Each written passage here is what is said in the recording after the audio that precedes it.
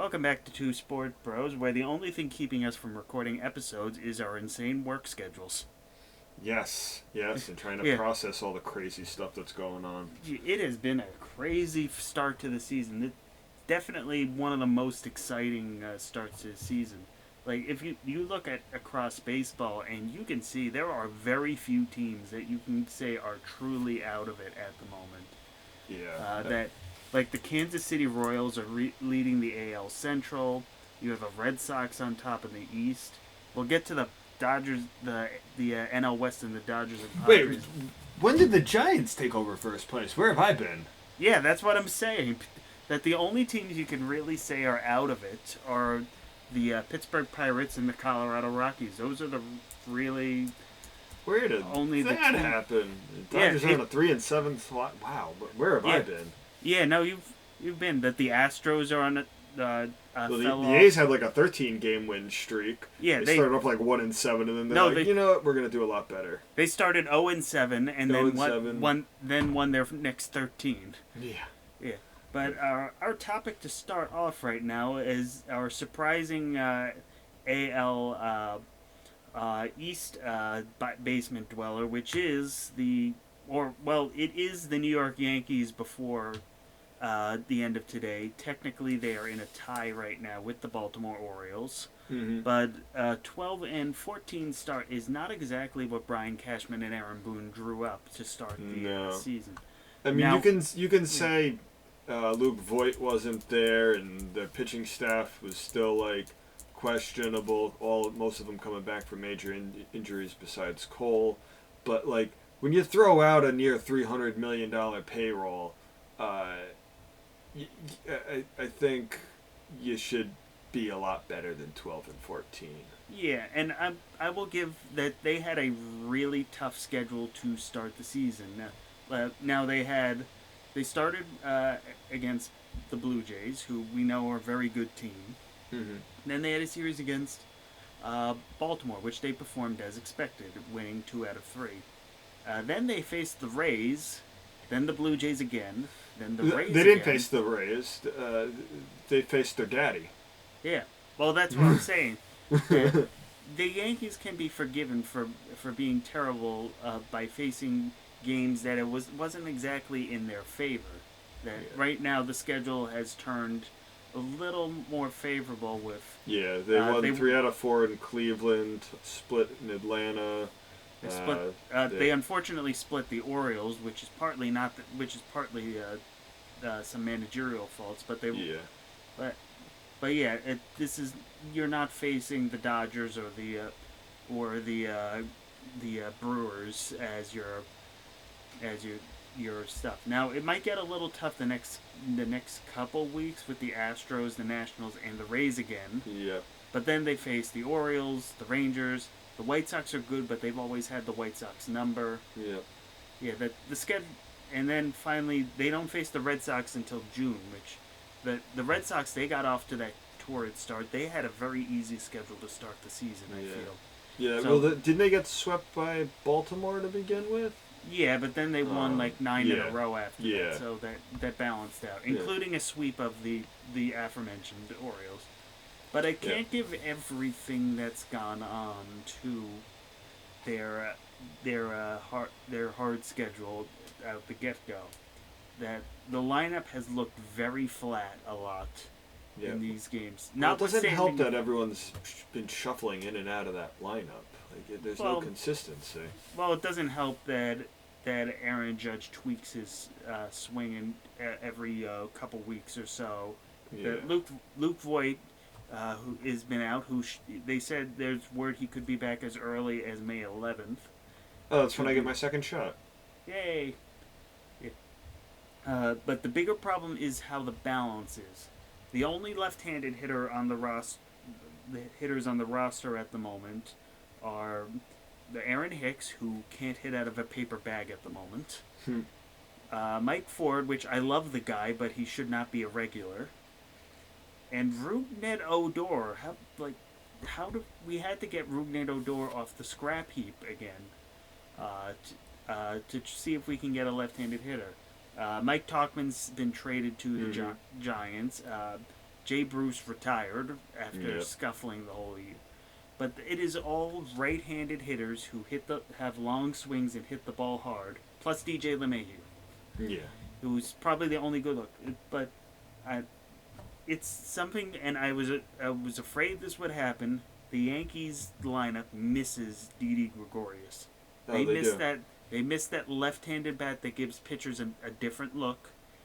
They miss that spark plug attitude that he's not hitting for the fences. He's hitting for contact, and the home runs just come. Yeah. They miss clubhouse presence. And considering who's playing shortstop right now, they miss. No, who's defense. On first? Jeez.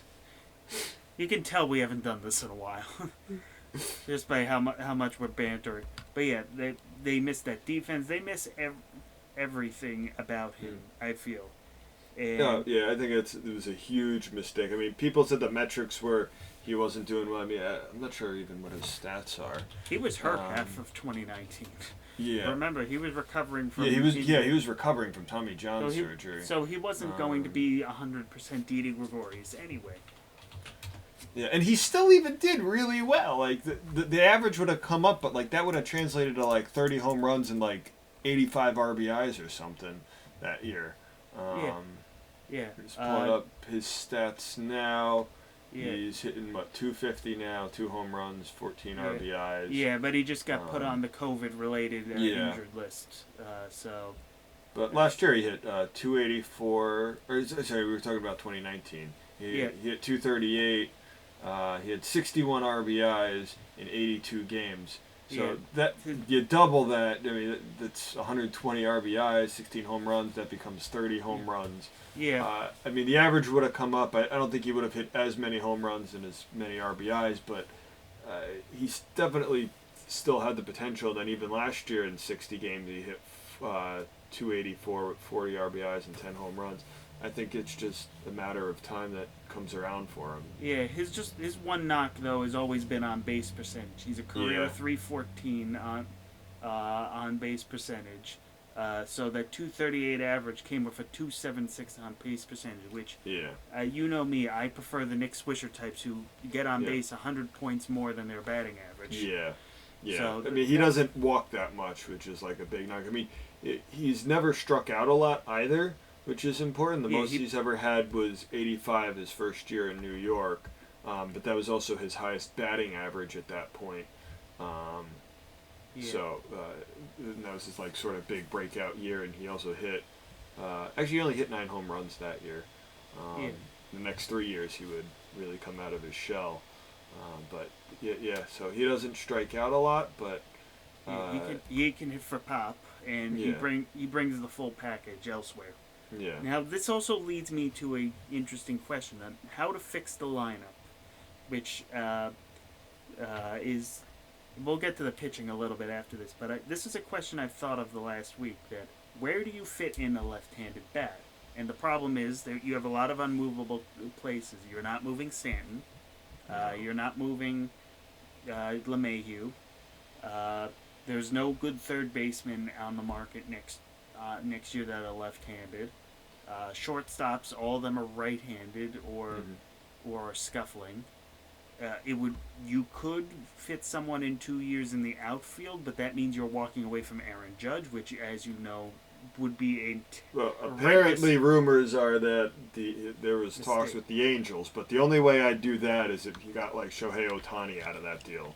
Yeah, I think it would be an absolute mistake for the Yankees to move from Judge, because even half a year at Judge is as good as a full year for most players.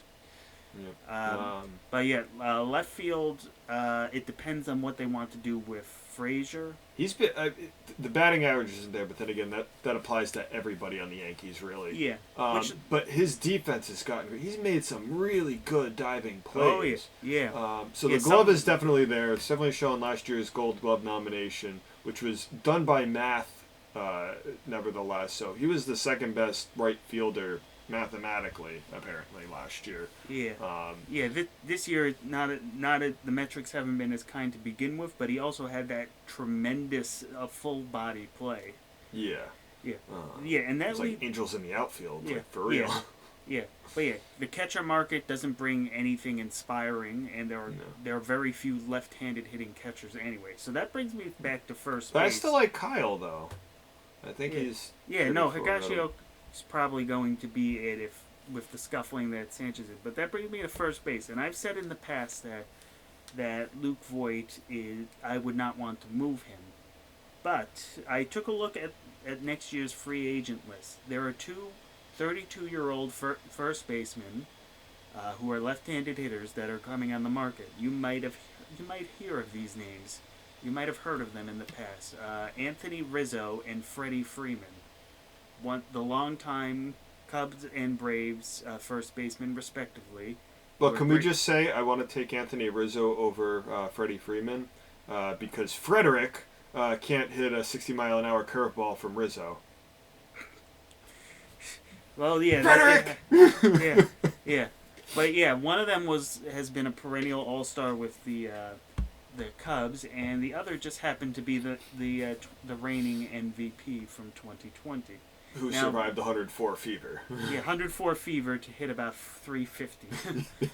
Yeah. Now, what could be interesting is that I wonder how much Cashman is tempted to try to sign one of those two, especially since extension talks between both sides has broken down and is on hold for the year. That if they sign one of them, if they can't come to an agreement with their club, especially considering the Cubs have been notorious penny pinchers as of late. Mm-hmm. If they sign one of them and then trade Luke Voigt for help elsewhere, maybe in the rotation, which at the moment has only seen consistent help starts from Cole and Montgomery, notwithstanding two good starts from Herman as of late. Yeah. I think out of the two of them, I think Rizzo's the more reasonable option. Or the easiest of them to do. Plausible is the word I'm looking for. Because, as you said, the Cubs are penny pinching a little bit. They're coming down from that, what was it, 2016 World Series win, 2017, whatever it was. Meanwhile, Atlanta's got guys like Ronald Acuna Jr., and guys like more like that. Atlanta's in the contend category right now. The Cubs, they could contend, but right now they're sitting in last place, but that Central's kind of all over the place right now. Yeah. And Freddie Freeman's going to command, I believe, a lot more money. Yeah, compared to Rizzo. Yeah, but that's also why I say that there might be pause to say that Rizzo is going to be the guy that hits the market over Freeman. That Rizzo has been always said if the Cubs are going to extend any of their core of Rizzo, Javier Baez, and Chris Bryant, it would be Rizzo. Mm-hmm. That he'd be cheapest. On top of that, the Atlanta Braves, who are owned by Turner Sports, that who have not exactly been known to really stretch the budget that much. And right this season, they're expected to have a $161 million payroll, which leaves them about $49 million shy to work with before the luxury tax hit. Now they could sign Freddie Freeman, but I think Freddie Freeman's going to command like a $30 million payroll. That might, depending on what else they have to do with their salary, that they already have money tied into Ozuna.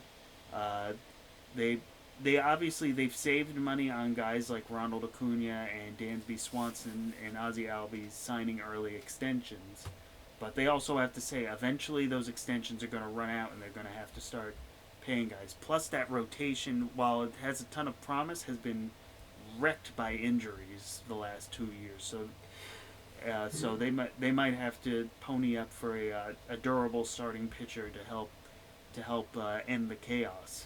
So it might be that it's too rich. Now the same thing applies to the Yankees, who are up against that tax threshold now. Would they want? They're trying to reset it for this year, but if somehow they don't, would they want to keep getting the hit to go for a first baseman that they don't technically need? that it would be cheaper to run. While the lineup would be worse off, I would feel that it would be they would be cheaper to just run with Voit and try to find another route to a left-handed hitter. But that's just me. It would be something I would at least entertain the thought. I would not dismiss it out of hand. Yeah. I guess it depends on how well they do this year. If when they right the ship. Yeah. I just want to bring up, just because we do a lot of baseball stuff, but we have the NFL draft to talk about, as that's going on now. We had the big nights. Yeah, it's wrapping up now, isn't it? Yeah. This is the last day. But I just want to talk about Mike Trout real quick. So he only has 6 home runs, 14 RBIs in 22 games. He's walked 14 times, 23 strikeouts. He's hitting only .425 with a measly on-base percentage of .523. Which both of those are leading the majors. Yeah, slugging percentage of .781 and an OPS of 1,300. And an OPS plus of 265. Yeah. Apparently, though, according to ESPN, though, in the chart there, it says his WAR is at a 0. That might just mean infinity. I think probably something with the defensive sabermetrics isn't working out, which I don't understand. Yeah, that he hasn't committed a single error all season. Yeah, I never understood that. Why I don't think he has a Gold Glove yet, does he? No, he does not. I don't think so. But like, all you ever see is like him making like home run grabbing plays. But I don't know. Whatever. Mike Trout's still the best player in baseball. Yeah. Even if he's not as marketable as Trevor Bauer, who seems to be loving the Dodgers-Padres rivalry. You're forgetting someone else in that series that's more marketable. I watch it. Obviously, I watch MLB.com streams the games there, and one of the recent commercials is the guy Fernando Tatis Jr. saying, "I've come to make an announcement. Some people have asked that I apologized for changing the game, for not playing the game like it used to, and I'm not apologizing." That guy, we all got scared when he had to come out of the game with a swing, and we got all nervous, and then he was like, "Oh, back for the Dodgers series? Let me just hit like 5 home runs." Yeah, five home runs, including 2 off Kershaw, 2 off Bauer. The Bauer one was great because the first one, Bauer didn't see him do it, and he like covered the one eye. So the second time he did that, he covered it again, and then Bauer was asked about it in the press, and he's like, "I love it, it's great." Yeah. And then I forget who it was who Bauer was thrown to. I think it was against the Brewers. He struck out whoever it was, and Bauer like chopped him like with a sword. So the next time the guy comes up, hits a line shot, knocks Bauer over, ball goes into the outfield, and then Bauer looks over, and the guy chops him back, and Bauer's just laughing, and he loves it. This is what it should be. Bauer's like, "Oh, if someone would do that, some pitcher would like maybe hit at him, especially taunt him." It was like, I taunt them right back. I start it. Yeah. I encourage it. Yeah. And it's good for baseball. Yeah. The days of all being stiff-lipped and unwritten rules is coming to a end, and we're all better for it ending. That let them have fun. Let it be like basketball and football, where they celebrate themselves. Yeah. That it's more than just a walk-off home run that gets you to cut loose. I want to see more Fernando Rodney arrows falling from the sky. And then Albert Pujols arrowing him back when he blows the save. Yeah, it's all good and fun. You can't have too much of an ego about it. Just have fun. Have a personality about it. Trevor Bauer, I don't know if you remember with the Reds the other week, the one guy flexed over the pitcher after he scored. Oh yeah, and they got it. Bauer now has cleats with the guy flexing on him. Yeah. He apparently has some other cleats, but he wouldn't show what it was. He said that's for later in the season, so I'm excited for those. But anyway. Yeah, I'll say it's a travesty that the Dodgers and Padres are not meeting each other again until, I'm still scrolling down, until June 21st. So we got another month and a half before we see this rivalry, and this is now a rivalry, we can say this is no longer the Dodgers owning the Padres every time. This is a full-blown rivalry. Yep. And probably the greatest one. Well, that'll be debated when the Yankees and Red Sox finally meet again, considering how the hot start the Red Sox have gotten to. But I think the Dodgers-Padres is going to be the series to watch for the rest of the year. But right now the Giants are in first place, so. Oh, by the way, also the Padres, they finished their season against the Dodgers for 3 games, and then the Giants for 3 games. So watch that to be a hotly contested, especially if the Giants keep their blazing hot start. All right, so let's switch over to the NFL draft. That's been the next biggest thing. Yeah.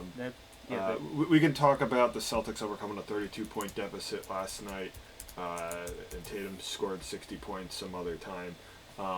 We've got the NFL draft, so everybody already knew coming out that Trevor Lawrence was going to be the number 1 pick. That was a given.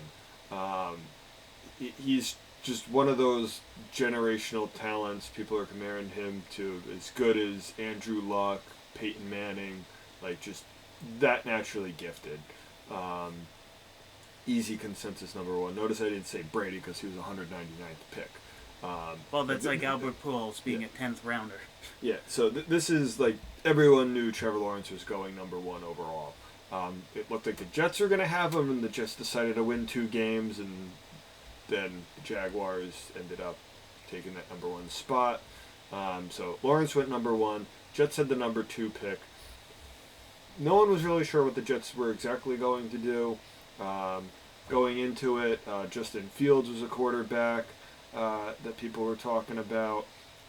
Mac Jones from Alabama was a choice. Trey Lance from North Dakota. But the Jets ended up going with Zach Wilson from BYU. He had a fairly decent college career. He came back from a couple of surgeries from 2019 and then put together a pretty decent year this year. I'm seeing that they compare his playmaking abilities as a passer with Aaron Rodgers, which is a very good comp to say. What do you think about this for the Jets? Have they found their quarterback for the first time in a decade? Well, that was sort of one of the things, because if you remember back in 2008, the Jets had traded for Brett Favre, who Aaron Rodgers was taking over, and apparently Aaron Rodgers now wants out of Green Bay, but the owners there are saying, no, we plan to have Rodgers around for a while, but that's I thought, I was like, situation. What would be a nice Jet thing to do? Trade the number 2 pick for Aaron Rodgers? But the reason they would trade Aaron Rodgers, they already have a quarterback in waiting, don't they? Yeah, Jordan Love or something like that. Yes. But, so Jets went with Zach Wilson. The 49ers traded up. They picked Trey Lance. So they have Jimmy Garoppolo currently as the quarterback. He's good. He's just injured a lot. Which is to be said about a lot of the 49ers. Trey Lance is still raw, so the smart thing to do would be to have Garoppolo start the season, let Trey Lance learn, and if Garoppolo's not going to be the answer because he keeps getting hurt, then you move on to Trey Lance. I don't think you trade him yet. The media was asking the 49ers head coach, Shanahan, I think. I forget who was the head coach there. And they're like, so is Garoppolo going to be on the roster come Sunday? And he's like, I can't guarantee anyone's going to be alive come Sunday. So, I mean, good answer, I guess. They went with Trey Lance because, like I said, people weren't sure what the Jets were going to do and how these dominoes were going to fall. So, Jets went with Zach Wilson, 49ers with Trey Lance. Probably the next best player after Trevor Lawrence was Kyle Pitts, the tight end from Florida, from the Gators. That was going to be a big thing. Then the next talk was, who do the Bengals go with? They have Joe Burrow, who got real injured. He needs an offensive lineman, which talk was maybe getting Sewell from Oregon as the offensive tackle. But they ended up reuniting Joe Burrow with his college teammate Jamar Chase, ranked as one of the top wide receivers in the league. He had a big year with Joe Burrow, the year Burrow won the Heisman and everything. So that's what it looked like. Yeah. So the Bengals went with Jamar Chase, so reunited those two. Then right after that, the Dolphins took Jalen Waddle to reunite Tua with his former college mate. So that was that. Oregon, the Lions in Detroit took that offensive tackle. Wasn't sure what maybe the Broncos, jumping down to them, were going to do, but they went with a cornerback instead of a quarterback, so maybe they're looking to maybe trade for somebody else. Then the Eagles took Devonta Smith to reunite him with Jalen Hurts. There's a lot of reuniting, I've noticed. The Bears jumped up and took Justin Fields at number 11 from Ohio State. Good. They could use a quarterback. They have some on their roster. It's just a matter of like how it's gonna. Well, remember fit. The big thing with the Bears last year was they kind of. They signed Andy Dalton and they made it seem like Andy Dalton was going to be the starter. So maybe Andy Dalton's going to start and Fields is going to sit and wait, which might be a good thing. I mean, Justin Fields showed his toughness fighting through those injuries playing last year, and he played well against some of the top college teams in the league. So maybe that's what it is there. Jets traded up to number 14 to take Elijah Vera Tucker from USC as a guard to help with that. So that was good. The Patriots got Mac Jones at number 15 from Alabama, who's been on those championship teams between Hurts and Tua. The Patriots seem to like him. I mean, Bill Belichick is best friends with Nick Saban over there in Alabama. Belichick had drafted a whole bunch of Alabama guys right now. They re-signed Cam Newton, so maybe this is another sit-and-watch thing, which would probably be a good idea. What else did we have here? The Steelers picked up Najee Harris from Alabama, the running back. It was either going to be Harris or Edenine from Clemson. But the Steelers went with Harris instead. But the running back from Clemson ended up going to the Jaguars. So another reunion to go with Trevor Lawrence. We've got a whole bunch of stuff. Then the Jets got a wide receiver in the second round, picking Elijah Moore from Ole Miss. So that's a good weapon for Wilson to have. So that'll be good. Yeah. So how are you feeling? How are you feeling the Jets did? I think they did pretty good so far. I mean, they still have a lot of work. One of the big ones I saw was it in the 5th round here for Ian Book maybe it was the 4th round. He was the quarterback for the Notre Dame Fighting Irish, and he was picked up. He was picked up 133rd overall at a Notre Dame Ian Book by the New Orleans Saints. So I guess he's going from one French school to the next. He has the record for most wins at Notre Dame. He's a 3-year starter, was a senior. People seem to really like him. He always had some good speed, some eye looks. Whenever I was watching him, he wasn't really making too many mistakes mentally. He can extend the play if he needs to. So this could be the steal of the draft. I mean, the Saints weren't sure who they were going to go to with Breeze retiring. They had Jameis Winston. They had Taysom Hill. But now you have Ian Book. Again, this is something maybe you let him sit and wait a year. Or you just let him win it at a training camp. I don't know. This is, I think, the most interesting thing. Yeah. You want to put Jameis Winston once again as the bridesmaid, but not the bride? He already got kicked out of one starting quarterback job thanks to Tom Brady. I mean, Winston's definitely a good quarterback. I mean, you throw a lot of interceptions. I was talking with our friend Chris about it. He threw 30 touchdowns, which is good. Not a lot of quarterbacks do that every year. He also threw 30 interceptions, which you can say some of them are maybe the receivers bobble the ball and it gets stripped out, or the receiver overruns or underruns the route or turns the wrong way, and it's not his fault. We saw that with Eli Manning that one year where he threw like 25 interceptions, and like almost all of them were like not his fault because the receivers were just dum-dums who need to give you gum-gum. but 30 interception, that was just a little too much. So hopefully he learned behind the most accurate passer in NFL history, Drew Brees. So maybe Winston learned some stuff this past year, and maybe he can turn it around and win it in spring training. But Ian Book, I think, might be the most interesting out of all these players here. So I think that might be a good late round steal. I think the Saints were big on him to begin with, so I guess I'm glad he fell down to that way because the Saints are a team I like. I've liked Drew Brees. I think he was always a good quarterback.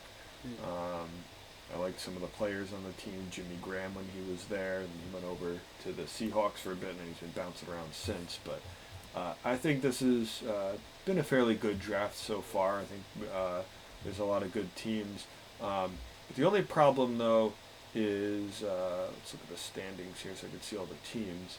Of teams that need a quarterback. So if the Packers are going to make the trade, who does he go to? The AFC East all have quarterbacks. AFC North all have quarterbacks except the Steelers, but they have a quarterback. They have a quarterback in name. In actuality, I don't think Ben Roethlisberger is that much. Yeah, he's maybe 1-2 years left. They have Mason Rudolph. He showed he could play. Dwayne Haskins was really good in college. I don't think he was just mature enough with the Washington football team. So maybe the Steelers' no-nonsense policy is going to work. And Chris said, oh, well, what about with Le'Veon Bell and Antonio Brown? They're not on the team anymore. So, I mean, Juju had a little bit of a problem, but I think they're straightening that out because the fans seem to like him. And he likes Pittsburgh in the area, and he's always giving back. So I think he's a little bit different, considering this is the first wide receiver the Steelers have re-signed to a contract in the last 20 years. Must say something that they really like him and see something out of him. Tennessee has Fitzpatrick. Who do the Colts have? I forget who they have. They have depth chart. They got Carson Wentz, which he's not really that good, but he's established and he's owed lots of money.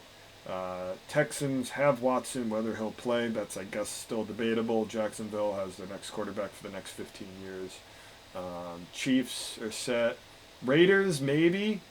So I'm thinking Raiders, maybe Broncos, Washington football team, and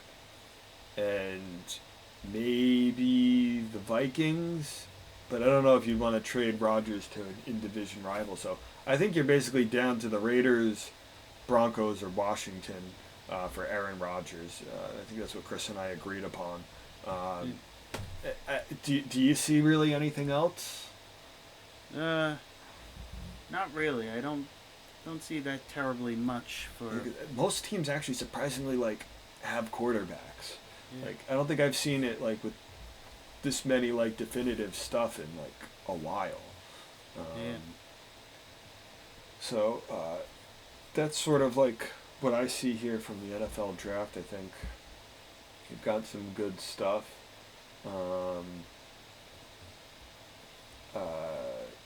Let's see. I don't think anything else really here. I think that's really it for the draft here. Yeah. I think there's a lot of good, solid teams. We should make for some interesting stuff. I mean, we talked about it the other week. The Buccaneers have brought back all their starters from last year's Super Bowl winning team. So they should contend again. Seahawks, Rams, Cardinals, I think are going to have a real good year. I think they might finish 12-4 this upcoming year, just because of what they've been able to do these last couple of years. Kyler Murray has really come out of his shell. I don't know how much J.J. Watt's going to do, but they got A.J. Green and DeAndre Hopkins there. I think that's a pretty good wide receiving starting duo there. They should be able to do some damage. We talked about the Bengals getting Jamar Chase because they needed an offensive weapon. So I like a lot what I see from this draft. I guess we'll just have to wait and see see what happens. Well, that's with every draft. But that's with everything. But there's a lot of good young guys coming out with lots of personalities, and I think this has been like some of the most exciting I've seen in a while. Lots of good. It's a quarterback-driven league, and we've got some like real interesting, good quarterbacks for once. Oh yeah. So. As I said, this is the age of the super quarterback is upon us. And we are just people who are able to watch and see. Yep. But yeah, we'll see. We're still a little ways away from football coming on. Yep. You know what? We're also ways of coming on. As of I think it was today or yesterday, the Seattle Kraken paid their final league fees to the league. Only $650 million. Only a paltry $650. But now they are officially a National League hockey franchise. They will be the 32nd team. Yeah, and they are now able to start. They are now able to start trading and signing players. So they are now officially on the clock, even though the rest of the hockey season is still going on. Yeah, there's going to be that expansion draft, so teams have to write down who they're going to save. Luckily for the New York Rangers, they've got a lot of young guys, and some of those young guys are excluded from that. So you don't have to worry about protecting Alexis Lafreniere and Capo Caco, and guys like that, and Igor Shesterkin. You don't have to worry about any of that stuff. So you can use that to like save guys like Panarin and Zibanejad and Adam Fox, guys like that. So this is going to be good for the Rangers. And if you're the Buffalo Sabres, you can leave everyone exposed so that players can actually play for franchises that care for their players. Yep. Well, sort of speaking of the Sabres, he's not on there anymore, but Ryan Miller, I believe he's the all-time winning American goalie in hockey. He is set to retire at the end of this season. He's had one hell of a career. He was on a good couple Sabre teams, but they just sort of failed him. Great netminder. He's in the top 10 of wins all time. Hell of a player. Definitely going to be in the Hall of Fame. So congrats on his wonderful career. Ryan Miller was always one of my favorite goalies growing up. I mean, Lundqvist is always my favorite because he was on the Rangers and he was one of the best. But I think Ryan Miller was my second favorite out of all those goalies. So there's that. But if you just want to look at the NHL standings at all, a lot of the teams have been eliminated at this point. There's only a handful of games left. When does the season end again? That's I think in a couple of weeks. Let me just pull up the schedule real quick. But yeah, time's running out for. Yeah, the Rangers have 1, 2, 3, 4, 5 games left. Yeah. So they played in a bridged season this year. I think they're only getting like 55 games in, something like that. 56, something like that. So the Rangers are in the East. So at the top, the Capitals have 69 points. Nice. Penguins have 69 points. Nice. Islanders have 65. So the Capitals and the Islanders have been flip-flopping sort of at the top. Islanders have gone through a little funk. The Penguins decided to just win. They're supposed to get Malkin back, so that just makes them even more dangerous. The Bruins, who have basically joined this division because of the weird realignment, are sitting there in fourth with 64 points. The Rangers have 58. I don't think they're going to catch the Bruins at this point. They do have 2 games towards the end of the season, but the Bruins still have 2 games in hand and have to play 2 more after the Rangers as makeup games. And the way the playoffs work this time is the top 4 teams in each division make it, and then they play each other, and then it expands to the rest of them, which is dumb because the Canadian division sucks. It sucks. The Rangers have 58 points. The Edmonton Oilers, who are second, have 60 points. The Rangers could, if they had won more of those one-loss games, one-goal games, they would be. Rangers might actually be in first place at this point because you're only playing your division, so those points that come off from the Capitals, Penguins, Islanders, and Bruins. Rangers should be sitting in first place, but they didn't figure things out till the last month of the season here.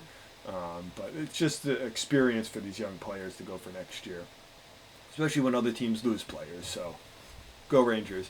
But yeah, the Rangers would be basically sitting in second place here in the North. I guess technically third, but more or less they'd have that there. They do have more overtime losses, so I guess that adds to it. That win-wise, they would be sitting in fourth because they only have 26 wins, and the Jets have 27, sitting at 57 points. But that's different because overtime losses you get rewarded for going to overtime. Not in any other sport, though. So we have that, but it's still such a tight division. I mean, you see teams like the Carolina Hurricanes and the Panthers and Lightning, and you're like, wow, they have 73, 71, and 70 points.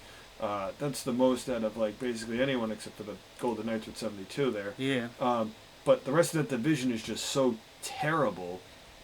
Well, it's always as it is that it's all lopsided in some places, and others it's more parity. Unfortunately, I told Joe this. I unfortunately have to cut and run a little early, so as much as I want to keep talking, we do have to kind of wrap it up. We didn't even get to talk about the no-hitter that might not have been a no-hitter.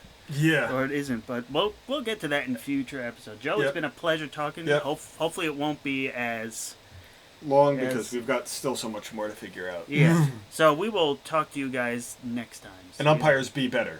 Oh yeah. All right. See you then. Bye.